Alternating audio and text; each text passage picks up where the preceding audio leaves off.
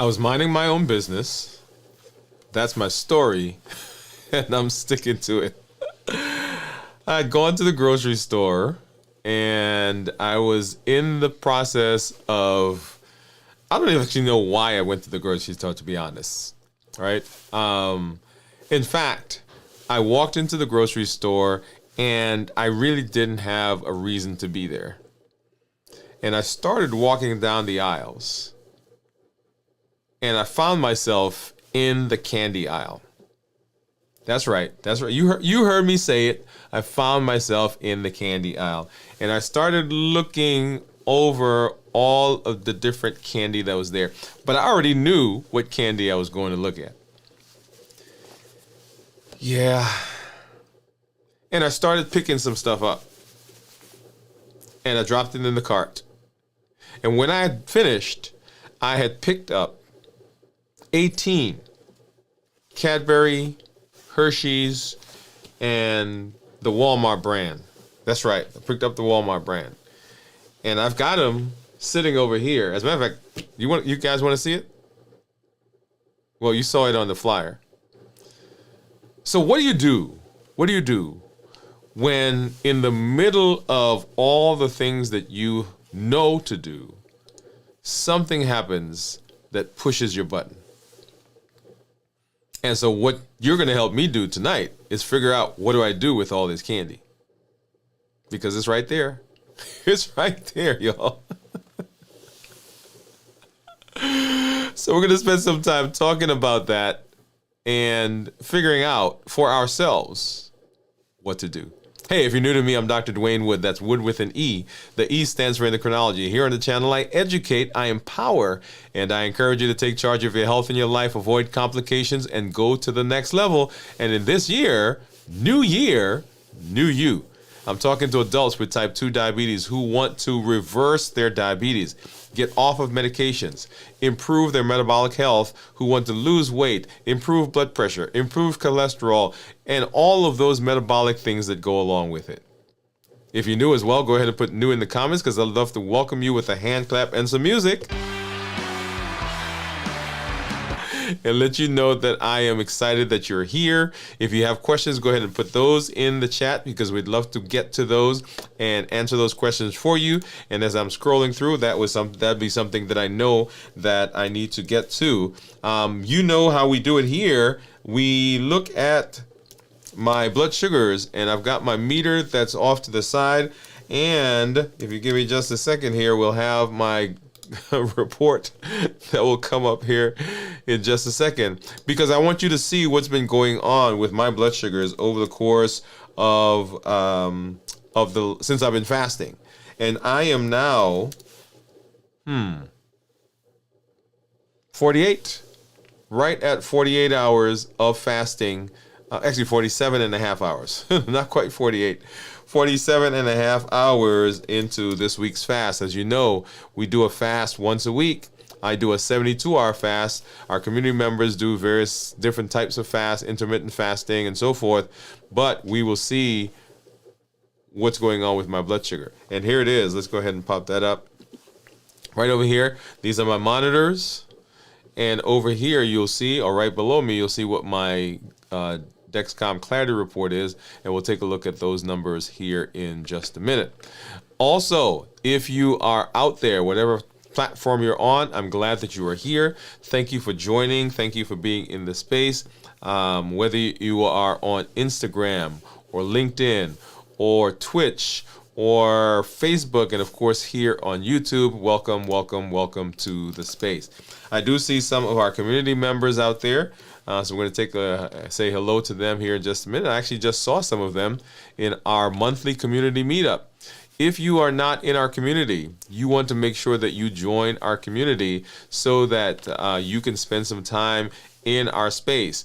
It was an amazing conversation that we had with our community members, and as you know, here on the channel, we educate, we empower, and we encourage. The education is with the show, with the blogs, with the podcast. The empowerment is with the tools that we learn, and of course, the encouragement is with the community. So I was glad to be able to spend some time with them on our monthly community meetup. We did that early this week, earlier this month because of holidays that are coming up. Typically, we have that on the fourth Thursday of the month, and so make sure that you join us the next time we are there. All right, let's hop over and let's say hello to some of our community members.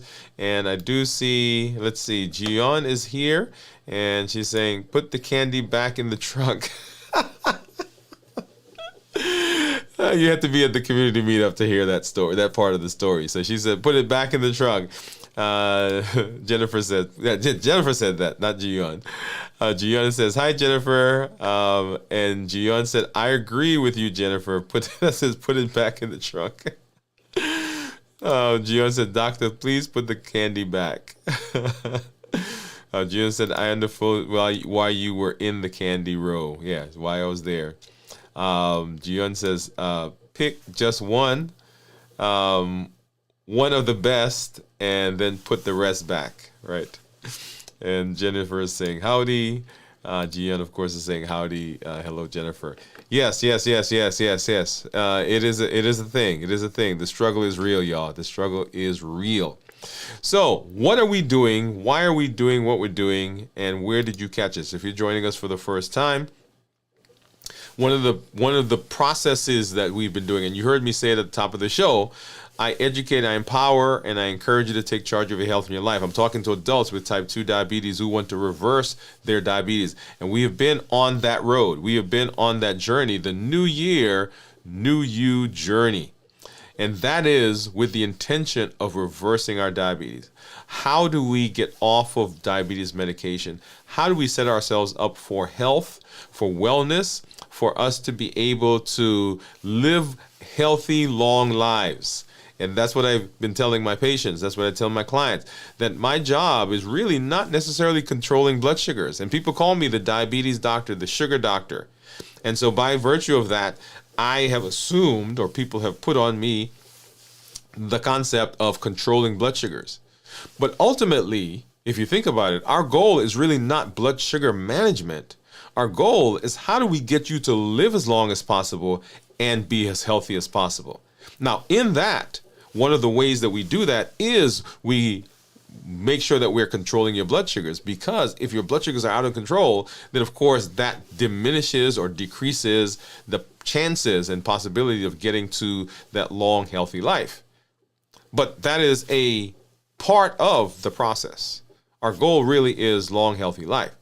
In this space, though, we've been talking about reversing diabetes. How do we reverse diabetes? What do we have to do to improve your health? What do we have to do to get you better, more insulin sensitive, to get off of medication, improve your weight, improve your cholesterol, improve your blood pressure, improve your fatty liver?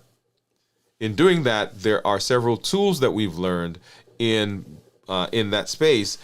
Tools like being emotionally intelligent, understanding where I am in my emotions, how things around me are affecting me, how other people are affecting me, and being able to use that to set myself up for metabolic success, emotional intelligence.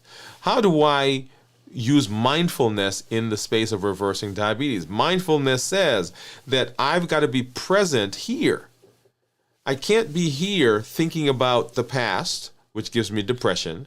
I can't be here thinking about the future, which gives me anxiety. I can't be thinking of the other things around me. I've got to be in this moment. So I've got to be mindful.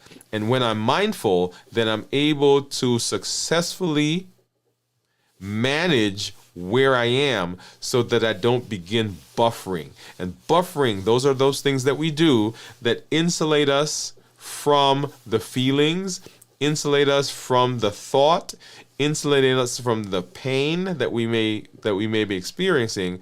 And so we do buffering behaviors. Right, so we understand the idea of buffering behavior, and so all those tools we've learned. But one of the most powerful tools that we've learned is the power of fasting. Fasting is powerful because it hits all three of the pillars that we talk about when we talk about reversing diabetes: decreasing insulin, suppressing the appetite, and reducing sugar. All three of those are hit by fasting.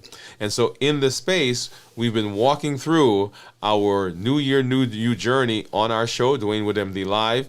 And then I do a 72-hour fast once a week. And in that process, we come on and we talk about how to use fast successfully. Because if we're using fasting as a tool to reverse our diabetes, we want to know, how do we do the best job that we possibly can in getting fasting to be successful for us.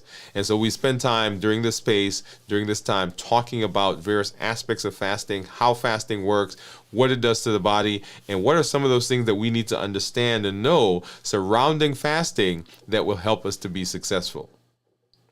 During this whole process, I come on and we show our blood sugars, we look at my ketones, I do a check-in, and then we talk about some things that have been going on in my life, in your life, as you share. And the whole idea is to be able to successfully implement the tool of fasting in our metabolic health.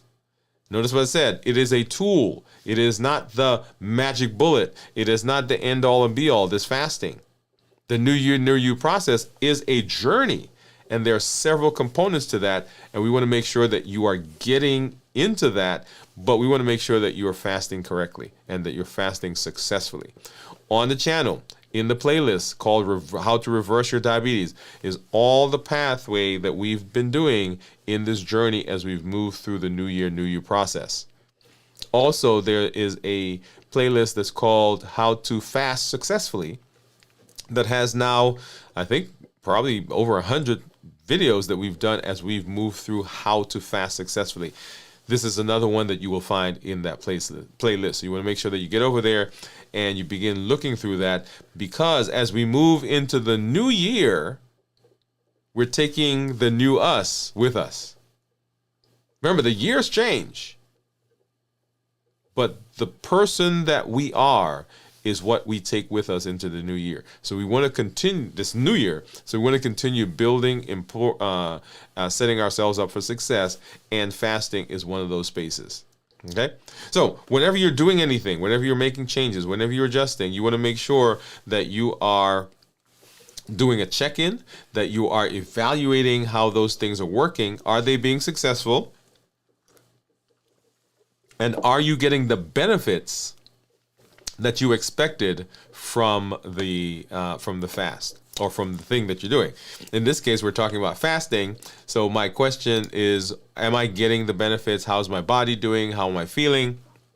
And am I setting myself up for the best possibility of success? When I do that, there are things that I do, or things that I come on and do a check-in. There are three areas that people typically will have issues with, and those are how they're doing physically, mentally, and emotionally. I guess a point to be made here is that fasting is not just the abstinence from food. It incorporates not just not eating something, but it also incorporates how we are mentally, how our body is physically doing, and the emotions that go on or go along with that. So those are the three check-ins that I want to do. How am I feeling physically? And right now, as I said, I'm 47, let's just call it 48 hours into the fast, and I'm actually feeling pretty good. Now, that's a generic kind of statement, right? So pretty good. What does that mean? That means that I'm not feeling weak and tired. I'm not feeling sluggish. I'm not feeling as though I'm walking through quicksand or mud. Right? Those are things that people will say as they talk about how they feel during fasting, often is because of being tired. And I've done a good job this week of making sure that I'm getting good rest. If you look at some of our shows that we've done previously, you know there were some weeks that so many things were going on that I did not get good rest, and that showed up during the fast because I was more tired. Okay? If we're not rested and the body is shifting, there's lots of shifts that are going on. The body's shifting between burning carbs and now burning fat, then that switch, when that happens, can feel more pronounced. And people say, oh, the fast didn't work. but it was just a matter of not having enough rest. Okay, so physically I'm doing well. I'm not feeling palpitations. I'm not feeling lightheaded, dizzy, sweaty, or those things people will talk about.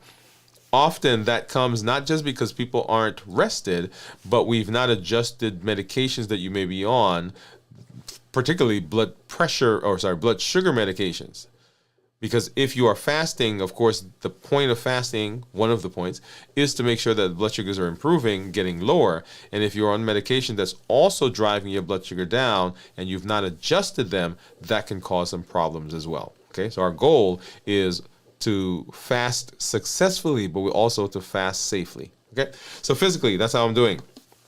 Mentally, the mental aspect of your fast goes along with the physical, because if you're not rested, if you're tired, if you're fatigued, then it's more likely that you may have some challenges and struggles in terms of how you think, your sharpness. Sometimes people will say that they feel like they're in a bubble or in a haze, or they have foggy headedness, or they feel like they're going through a tunnel.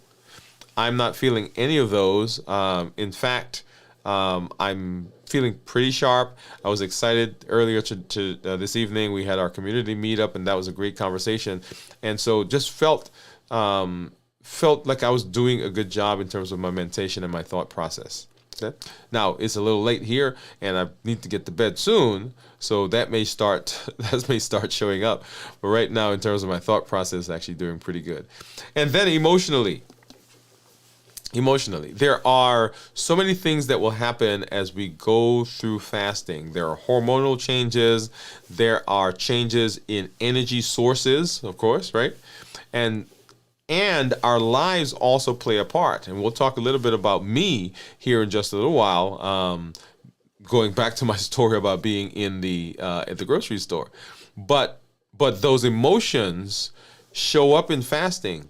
And often, because we are using buffering previously to manage emotions and manage boredom and manage all those other things, when we're in the fast, we have to face that without our crutch. We have to face that without our buffering behavior. And so that can show up in the fast as fluctuations in emotions and so forth. You guys know that for me, the last couple of weeks have been a little challenging because of this very thing, and we'll talk about that again. But it does show up in the fast, and being able to manage it in the fast is an amazing skill that we want to practice, and we want to learn, and we want to get better at. Okay? All right. So that is that's my check-in. How am I doing physically, mentally, and emotionally? Let's go ahead and let's take a look at blood sugars, and you'll see there on the screen that my Freestyle Libre says that my blood sugar right now is a 94. You'll see the squiggly line, that white line that's there. That's my blood sugar, and we'll take a look at what it is here when I get to my Dexcom, so we can actually see the numbers. But you see, over the course of the last 12 hours here, at least, that we've been below 150. Let's take a look at, let's see, I didn't pull that up quite yet. Let's see, where is there it is. So I'm getting my Dexcom up, and it's going to take a minute to come up because the app was closed. Oh, there it is. So down here, right? So we'll see. I'll go ahead and get my finger there. So this was last night at about 9:30, right? Down into the 1 teens, 90s, and right here, right? So this is a pronounced, right? So this was toothpaste, and this I'm chalking up to dawn phenomena. I'm not sure what happened this morning. I didn't even see that. But it looks like my blood sugars actually made a big spike. I think that was toothpaste, definitely.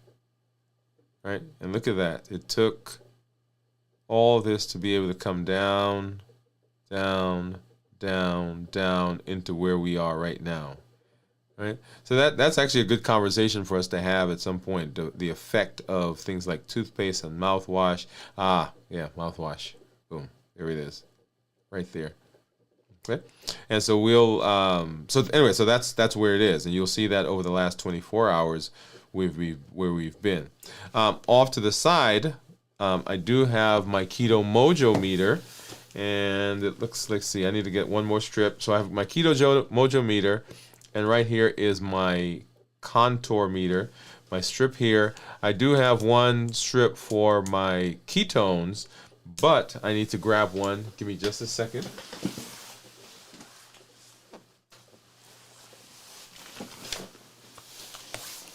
Just need to grab one for the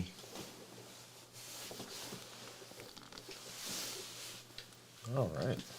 Had to grab one for the glucose, okay? Because the Keto Mojo gives me both blood sugar and glucose. So let's go ahead and get into our Keto Mojo box. Actually, let's do this. And they come as these packets. So, for instance, those are blood sugar strips, and then the blue ones, the one I already have, that is now a that's for ketones. So right now, I just need to grab one for blood sugar. Let's go ahead and do that, and then let's get into our container, and I need a Lancet. And I'm going to get one of the ones that I'm partial to, which is this one. I've got a couple in here. So I've got this one that actually goes into a lancing device, and it has, let me move this stuff off of here. It has actually 3 that you can use that are in this container, this case. I've got this one, which is another single stick, kind of like this. And then, of course, I have the one that I used to think was my favorite, which is this guy right here. And the reason I don't use this anymore is because sometimes I don't get a deep enough stick and poke, and so I don't get a good drop of blood. So I've gone to using these guys. So let me grab that, put this over here. I want to get a strip out for the contour. Bum, bum, bum. Go ahead and open up my Keto Mojo.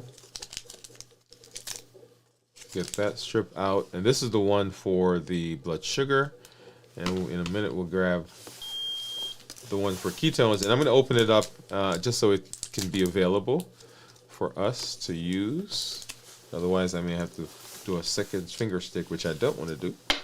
All right, so now I'm going to grab this, twist that off, and there is a little needle there. You may be able to see. There you go. Okay, and then just find a finger, and I'm going to do the opposite side of this finger because that other side I think is calloused, and of course it hurts more because I don't usually use that side. Let's see if I got a good. Yep. You see how briskly that that drop of blood came out? So get that going, get this one going. Okay, and let's go over here or here. So 109 for the Keto Mojo, 104 for the contour, and then of course right here you'll see 93 for the Freestyle Libre. So let's go ahead and get this strip into the meter. All right, and then get that drop right there. And of course, if you have a guess, if you think you know what my ketones are going to be at 48 hours, go ahead and drop that in. I'm not going to let you see that right now because we're going to take a look at that in a minute. But if you think you have a guess, go ahead and drop that in the comments. All right, so let's go ahead and let's get back to our conversation. So, as I was saying, I went to the grocery store. And to be honest, I told you that I didn't know why I went to the grocery store, but I did.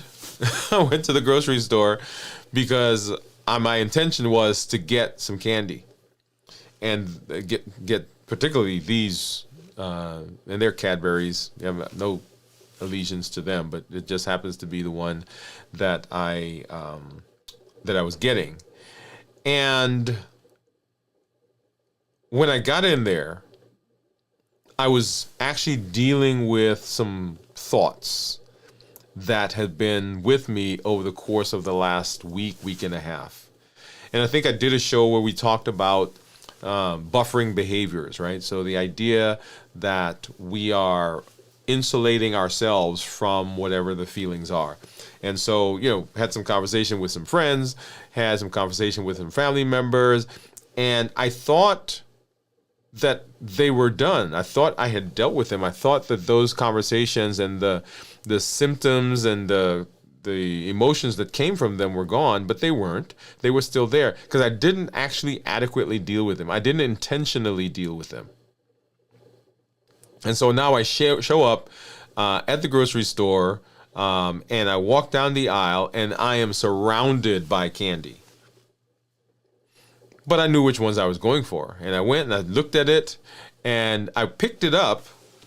Okay, I'm gonna grab some, right? So let me go, because you saw the picture, right? But you didn't see the extent. So hold on a minute.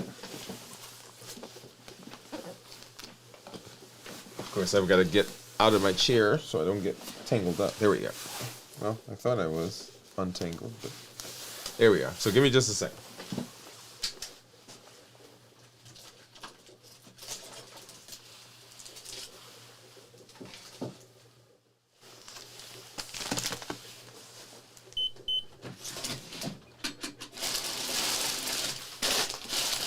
So we're talking about buffering, right? We're talking about buffering. And so I told you guys about the candy, but I didn't tell you the whole story. All right? So let's see what I got.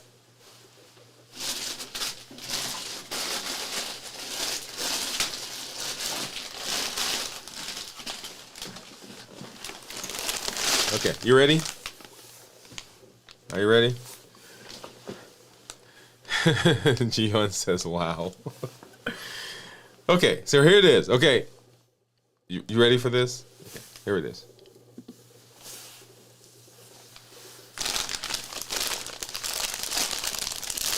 So here we got some chips. There's the candy. So there's the candy. There's the candy.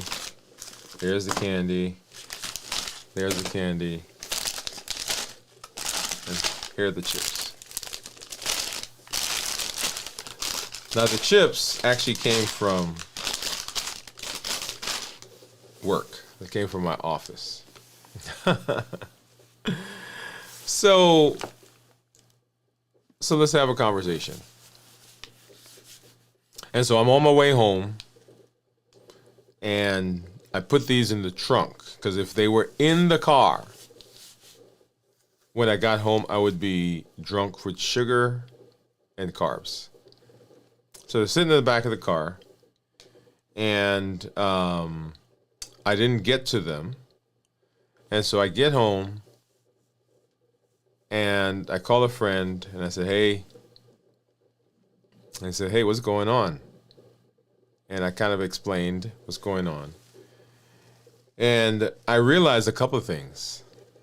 I realized that what was in play, what was going on in me, had everything to do with the stuff that didn't happen that day, but that happened before. And it all had to do with that E that's in the heat model. The emotions. The things that push us, right? How we feel, the stress that we're in, even sometimes excitement that comes, right? So there are times, and if you think back, there are times when you are excited. There's no sadness, there's no anger, there's no animus. There's no frustration, but you're just glad. You're just happy for something. You're happy to have seen a family member. You're happy with something that you've done. You're happy with some place that you've gone, some accomplishment. And the very first thought that we have is we eat. Because eating is one of those things, one of those buffering behaviors that we do. Eating is socially acceptable. Like, nobody really gets on you if they see you eating a bag of chips.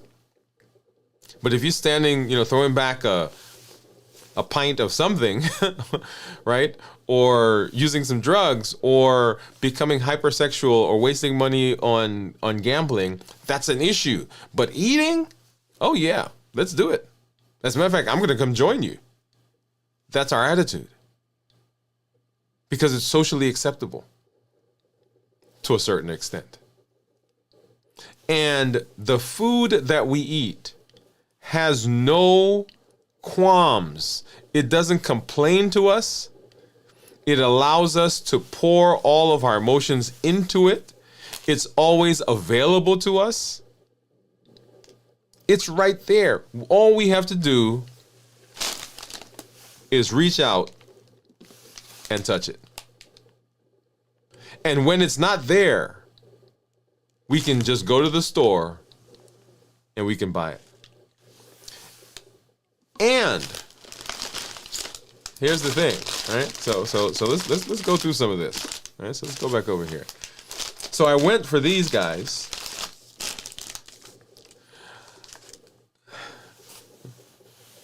This is where, if we go back to that heat model, this is where the tea comes in.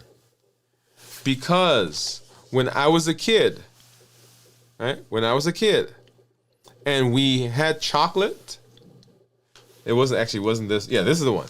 This is the chocolate that we had. This was what I bought. This is what was around. The Cadbury's.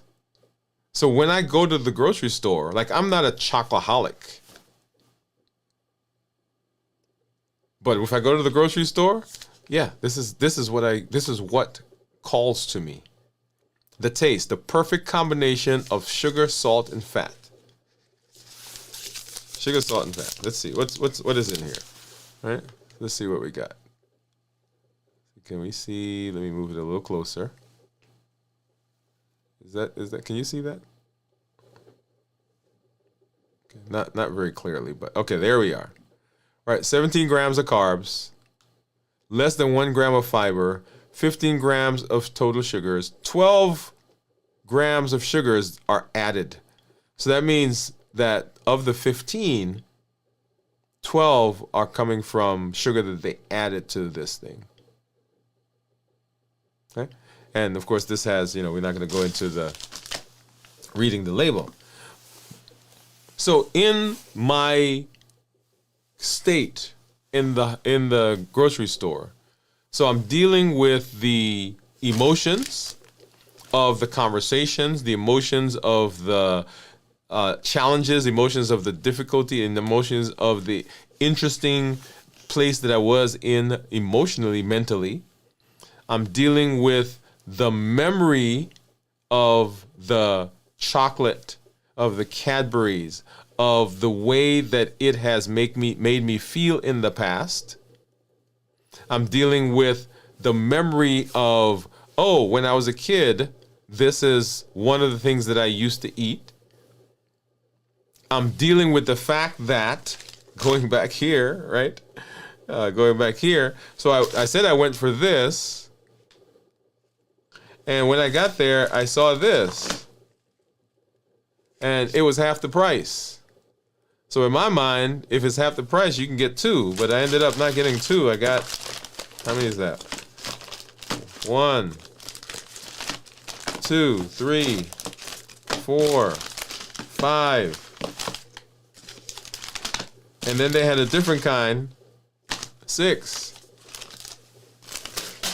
And since I was getting that, why not get that? And that. You see the slippery slope? You see where it goes? I've told this story before that when I would come home, you could tell the type of day I've had if I stopped at a certain store that's on the way to my house. And I would go into the store, and it was like this automatic thing that happened, because it was the ability to console, the ability to appease, the ability to buffer, the ability to not feel, the ability to get rid of the boredom, the fatigue, and the mental tiredness that I went through. And so I remember leaving the store with a bag full of, I don't know what it was, juice, soda, and driving on the way home. And on the way home, there it was, that buffering behavior. So habits, emotions, access, and taste, they push us. They push us in the direction of being in our buffering behavior. And here specifically, we're talking about buffering with food. The emotional eating that happens. And notice, so we went the emotions, we talk about taste, so E and T, and access, right? It was the access in this case was the fact that I was standing there and now I was able to buy even more. And then here comes the habit. Habits, emotions, access, taste. What's the habit? The habit is that's what I've done before. I've done it over and over and over and over, and it is familiar. And my brain says, do you remember the time when we had that thing happen and that pain and that emotion that we were feeling, and you went to the store and you got the chocolate and you ate the chocolate, how good that made you feel? The routine, it becomes so familiar. That's one of the reasons why it is so challenging to get out of that behavior, because it is so familiar to us. It is so easy. It is just like putting on an old pair of shoes that you've broken in, that are comfortable. Or you get into those jeans or that jacket or that coat or that hat that you wear because it fits you so well. And if we're not careful, those emotions help us or make us go right into that groove of the habit.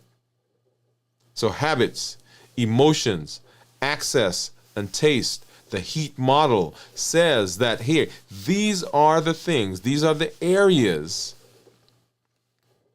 that will push us. So the habit, those are the patterns of behavior that we've gotten used to. Those are the routines that we've gotten into. And it is supplemented, it is enforced by the reward that comes from it. And the reward is the peace, seemingly. It is the calm.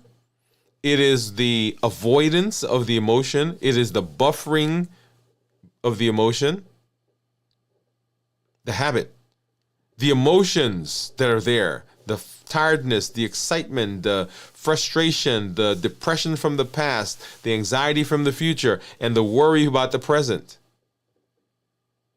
The access that we have when we go to the grocery store. Or, like right now, I see our community saying, put it back in the car, put it back in the car. Right, a couple of nights ago, this was in the car, and I turned on the alarm, and I turned off the alarm. I turned on the alarm, I turned off the alarm. Right, in the process, because I'm in that moment. I'm in that moment. Access, which we just talked about, and then taste. The understandable pleasure that seems to come from it, of a familiar and comforting taste, the bliss point. They don't call it the bliss point for nothing. It is the place where the perfect combination of sugar, salt, and fat comes together. And so you eat that thing, and I had somebody say to me recently, He said, I know what you're talking about, because when I drink certain things or I eat certain things, it's almost like I want to close my eyes and just enjoy it. But we get that dopamine burst, and the dopamine says, hey, that feels good. Here's the thing, though. Even in the dopamine that we get, sometimes it's not even the fact that we got the candy bar or got the cookies or got the whatever it is. It is the anticipation of getting it that gives us the burst. As we're thinking about it, we create these stories around it about how it's going to taste and what it did for us the last time, and just how we're going to break the candy and how we're going to eat it and what it's going to feel like in our mouths and what it's going to taste like. So we're creating this story, but we haven't even gotten the stuff yet. We haven't even eaten the ice cream or the chocolate, but the story itself is giving us that dopamine burst. And after a while, because we play the story in our heads over and over and over and over, even if we have decided that we don't want it, the story becomes so intense.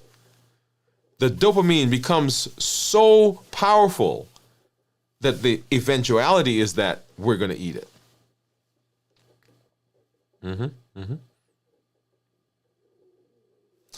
Restless, irritable, and discontent. Restless, irritable, and discontent. When you talk to folks who are in recovery, these are three of the words that they talk about all the time. When someone is restless, when they're irritable and discontent, they are at risk for relapse. They are at risk for grabbing the candy. They are at risk for grabbing the cookies and the shake and the chips. Restless, irritable, discontent. I want to throw another one in there: pain. Emotional, physical, mental. When there is any of those, the triggers that are there become even more pronounced. When we're restless, irritable, and discontent, if we weren't those things, then yes, there would be temptation. There would still be a pull because you're used to it, because you've done it in the past and it is familiar and the dopamine is still there.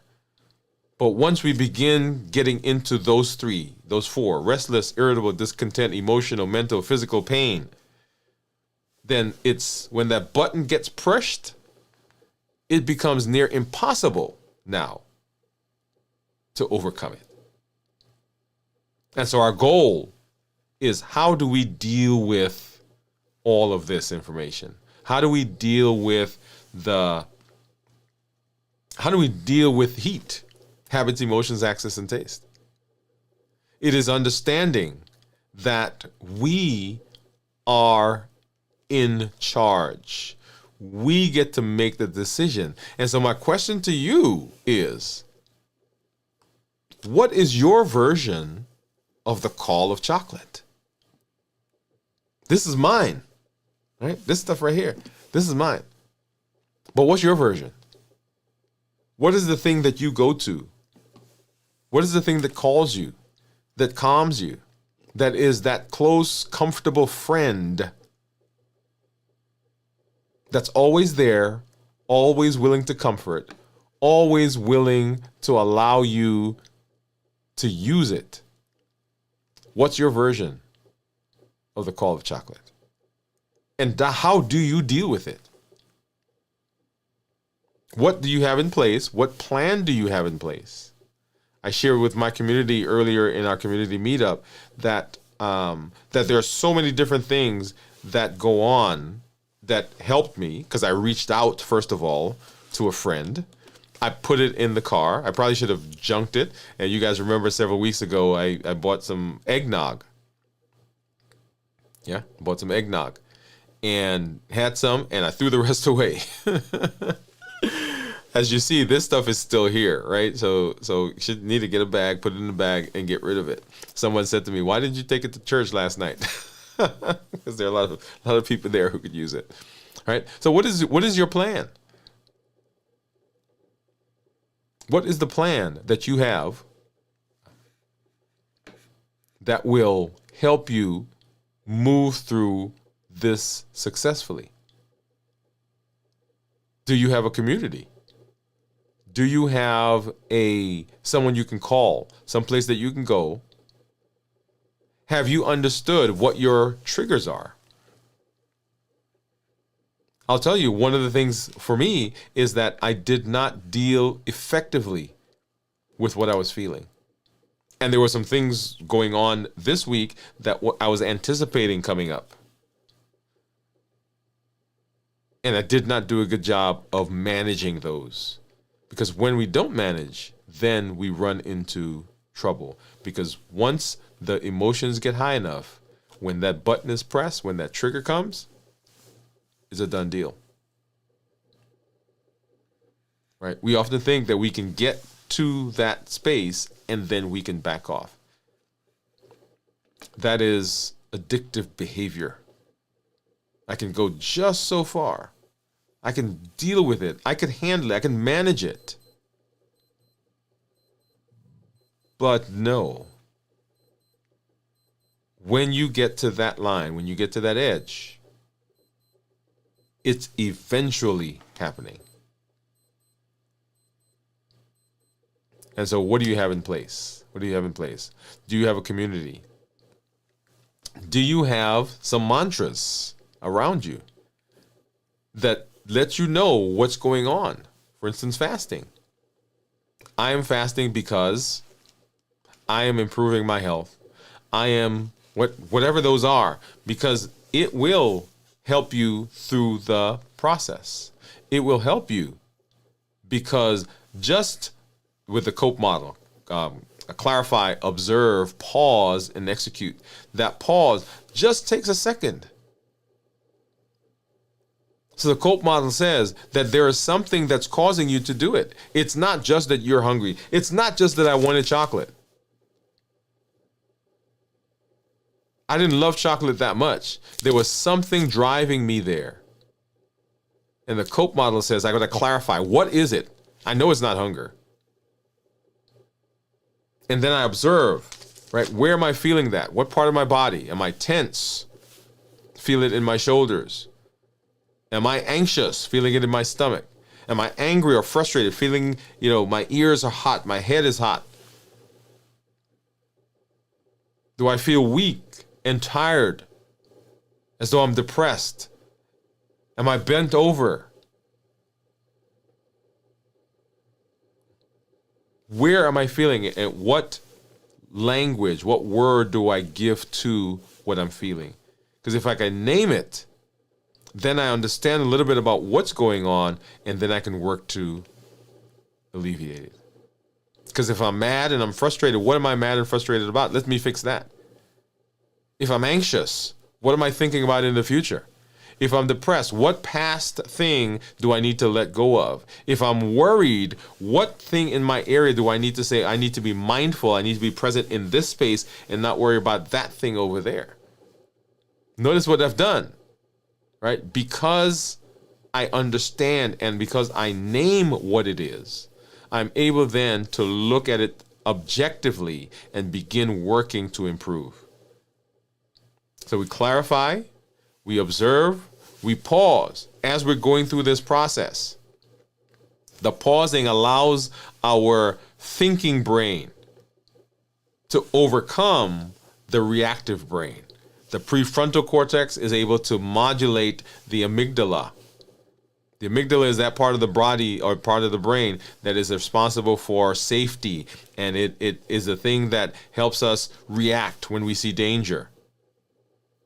But the prefrontal cortex is our thinking part of the brain that says, hey, you do see a lion, and I know you want to run, but that lion is in the zoo.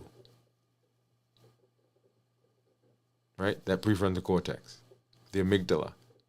So we clarify, we observe, we pause, and the execution is finding something other than what we normally do to cope with the issue.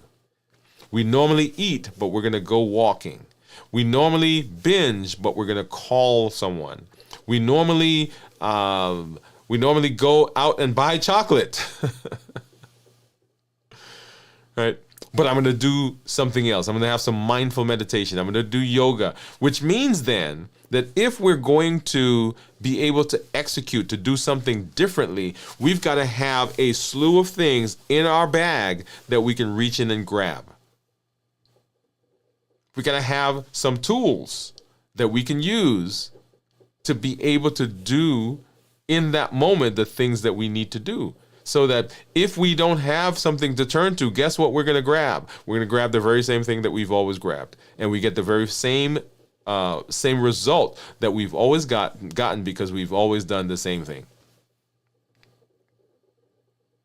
So learning those tools becomes very important now. So the heat model. Figure out what are your triggers in life in general, and specifically in this situation. What are the triggers? For me, it was emotions, it was taste, it was access. And I've said that before. EAT, those are mine. The emotions, the access, and the taste. They drive me. And if I'm not careful, if I'm not dealing with those things, then when that button gets pressed, that's one of the reasons I love fasting. I love fasting because I don't have to think about food. Now, this was a struggle. Don't get me wrong. This right here, oh yeah. But because I didn't deal with the emotions that came along with it. So, figure out what your triggers are, your heat model. Okay? What is your call for chocolate? Find a community. Understanding the heat model.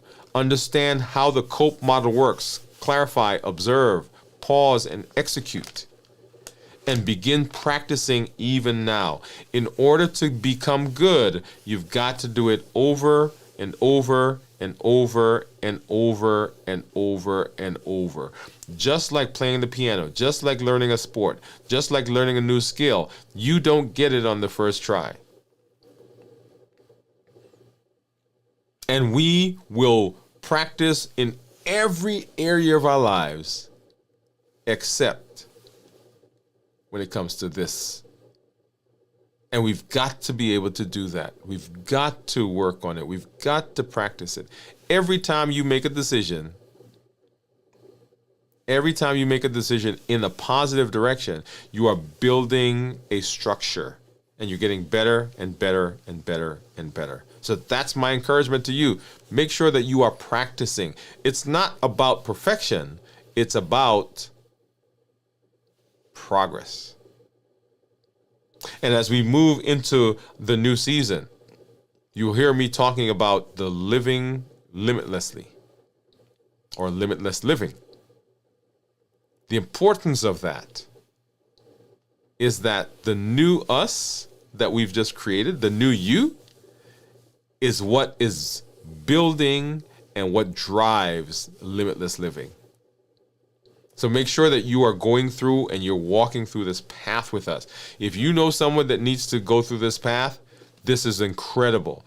Make sure that they're coming through and they're going through those videos.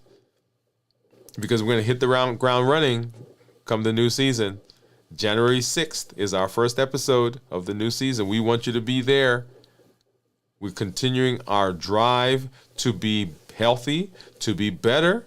We're continuing our path that's built on the new version of ourselves into the new life that we want. Limitless living. All right. So let's go ahead and let's say hello. I think I see some folks out there, some of our community members. And so Gian says she thinks my ketones are going to be 1.8. So we'll look at that in just a minute.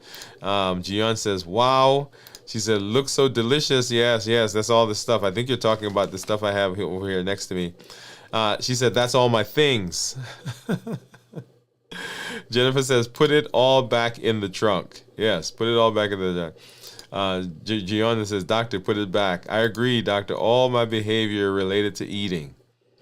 Yeah, it's a big, eating is a big issue. And it's really, as I'm saying that, the eating is the result of the things that are going on, right? Gion says, I don't have a plan to replace sweet things. So we've got to come up with a plan. Remember, the plan is very important. We've got to make sure that we are working. What is going to be the plan? As I mentioned before, I think last night in our check-in, that my plan coming out of a holiday, my plan coming out of what I call a binge, is fasting. My initial procedure is, okay, I'm starting a fast. Because once I get into the fast, then I can begin all the other things. But if I can't get into that fast, then for me, it becomes very difficult. Okay? So what is going to be your first step? Not the whole 100 steps, not the whole 50 steps or 10 steps, whatever it is. What is the first step whenever we have one of these issues that come up? What is the first step that we're going to do? Gion said, I will think about it. So far, sweets is the only solution that deal with emotions, but I want to try things to replace it. Yeah, so we've got to get those tools, right? So we've got to work on those tools. Gion says, my trigger is always emotion, like stress. All right. Hey, Steve. Steve's saying hello. Hey, man, thank you for coming through and hanging out with us. Gion is saying hi, Steve. Jennifer says hi, Steve. Hello, Jennifer. Hello, Gian. Yeah. So let me go ahead, and Steve didn't get to see all of the stuff that I have over here. Look at this, man. You missed it. Let me get this off the table.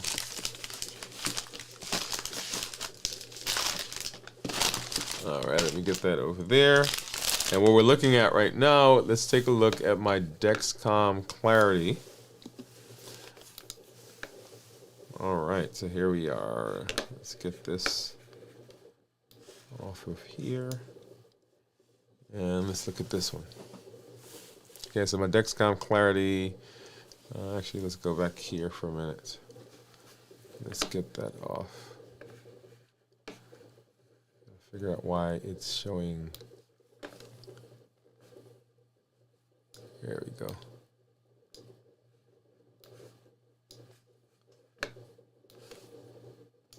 Okay, here we are. Gotta get some stuff off my screen, and then let's get back. Okay, here we are. All right, so let's take a look. This is my Dexcom Clarity, and you'll see there my average blood sugar over the last 2 weeks, 157 average blood sugar. I'm in target 68% of the time. Let me go ahead and turn on my mouse so you guys can see that. Okay, so average 157, in target 68% of the time, right there, that one. And my glucose management indicator is 7.1. So if I were to get an A1C based on these last 2 weeks, 7.1 is where I would be. If I look at my 90-day average, it's probably going to be like 135 or thereabouts. Yep, 135 exactly. I'm in target 85% of the time, target being 70 to 180, and my glucose management indicator is 6.5. So once again, if I got A1C based on the last 90 days, it would be 6.5. So over the last two weeks, it's been higher than the previous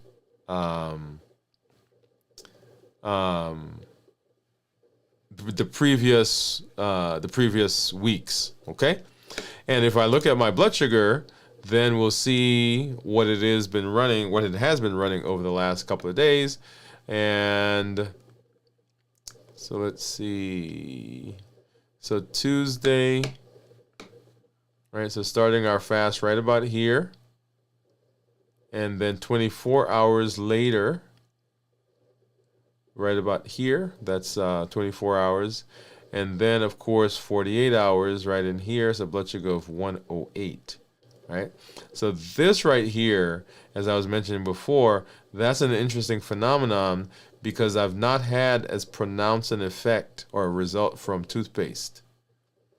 So that's an interesting part right here in the middle of the day for today. So it'll be interesting to see what that blood sugar is going into the last 24 hours as we approach 72 hours. Okay? All right. And then let's go ahead and let's take a look at, get some of these things off.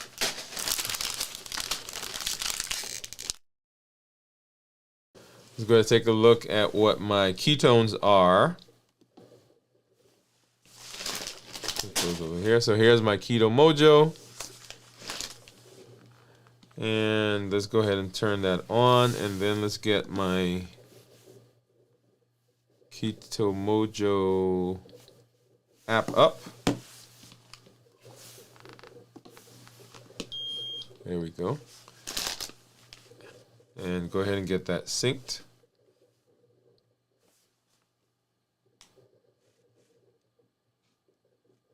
And it's pulling. And drum roll, drum roll, drum roll. So 109 for my blood sugar. And then 0.7, you'll see there is my ketones, right? 0.7. I think Gian had guessed at was it 1.9 or 1.7, Gian? You say, yeah, 1. I thought Gian had given one. So Jennifer says 1.8. 1.8. So 0.7 is what I am right now.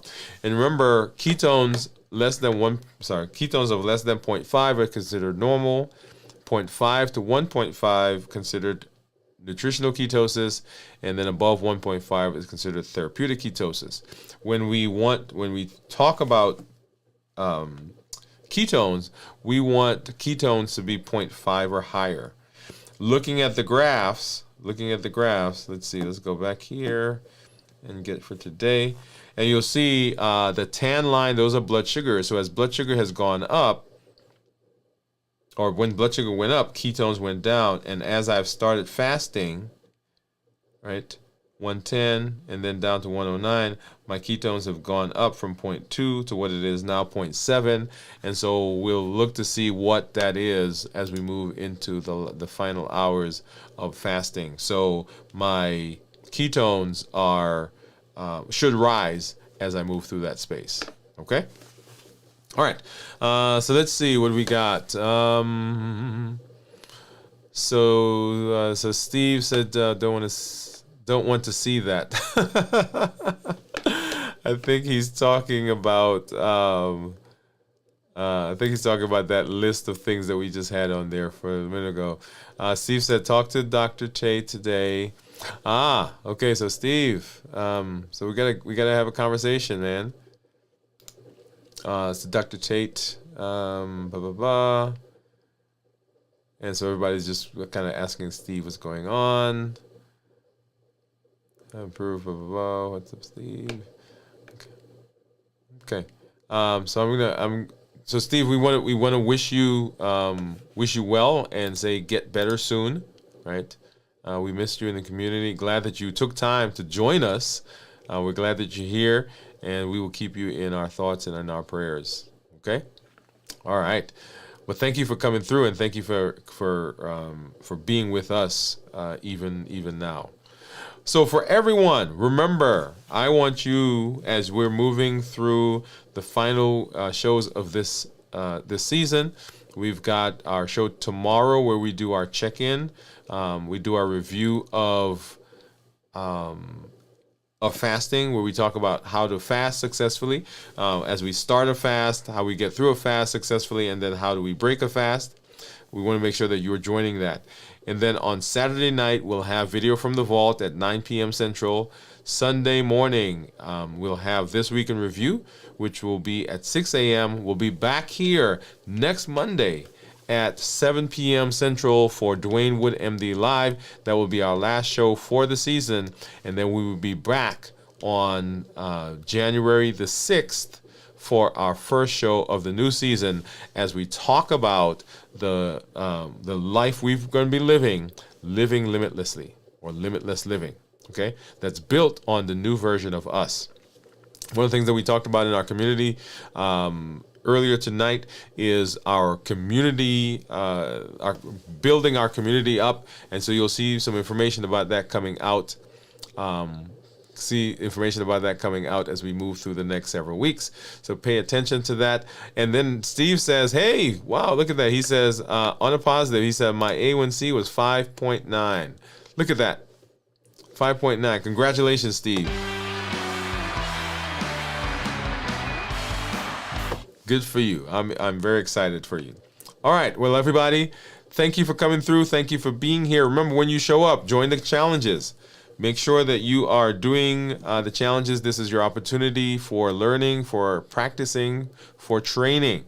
Make sure that you're letting us know what's going on with you, the successes that you're having. Like Steve just put in 5.9 A1C. Love that. Okay. If you're having some challenges, let us know as well. Right. So I'm sharing my story about this Cadbury chocolate that's on the side next to me here. So that we can rally around each other, and then invite someone. Let them know that this is a space where they can be, where they can have positive effects, positive benefits on their health. Thank you for being here. As I always say, I love this community, love being here, love the fact that we can interact with each other. This is Dr. Dwain Woode. That's Wood with an E. The E stands for endocrinology. Here on the channel, I educate, I empower, and I encourage you to take charge of your health and your life, avoid complications, and go to the next level. And in this year, new you. Good night, everybody. We'll see you at our next episode. Bye-bye.